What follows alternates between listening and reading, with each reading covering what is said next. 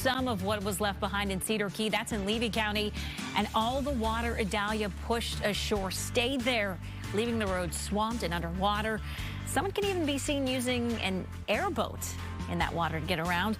Rapidly rising floodwaters made today tense in Citrus County, just an hour south of Cedar Key. Yeah, that's where we find Fox 13's Evan Axelbank in Crystal River tonight to show us how conditions for some are finally improving.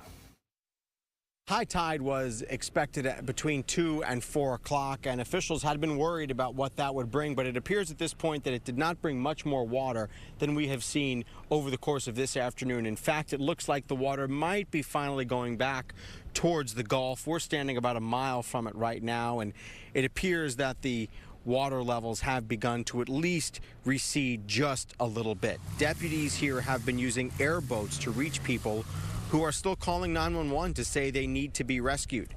Deputies say 18,000 people live in flood zone A here in Citrus County. It's mostly along the west side of the county near the Gulf. They say 3,300 people right now are without power, and this is all shocking to see these flood waters, to see how much damage has been caused. This is shocking for people who have been through bad flooding here in an area that often floods, but in this case, it's just been so much worse. Devastated because, I mean, my car's full of water. I was scared. I don't, the water can sweep you away in a matter of minutes. And, I mean, I'm from Texas, and I've seen it happen a lot of times, and it was just, it's horrifying. As I got up there, I seen the water rising, and I seen this one guy screaming and crying, help me, so I went over and tried to help him, but it's a big garbage dumpster floating down the road. You've seen our LMTV, it's an Army surplus vehicle that we've taken and deployed out there to get into some of these high water areas, to get some of those folks out of harm's way, remove them from a scene that's just uninhabitable now because of the storm surge water that penetrated their homes and penetrated their way of life that they've got over here on the west side of the county.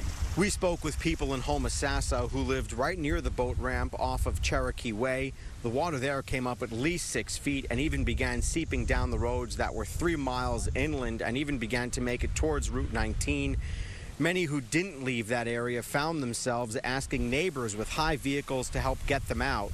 The question now is what residents will find once the roads are passable again and they can get back into and near their homes. The sheriff says the process of going door to door and street by street is going to begin soon to just take stock of how much damage there might be, but they do say they're going to need state and federal assistance to do that.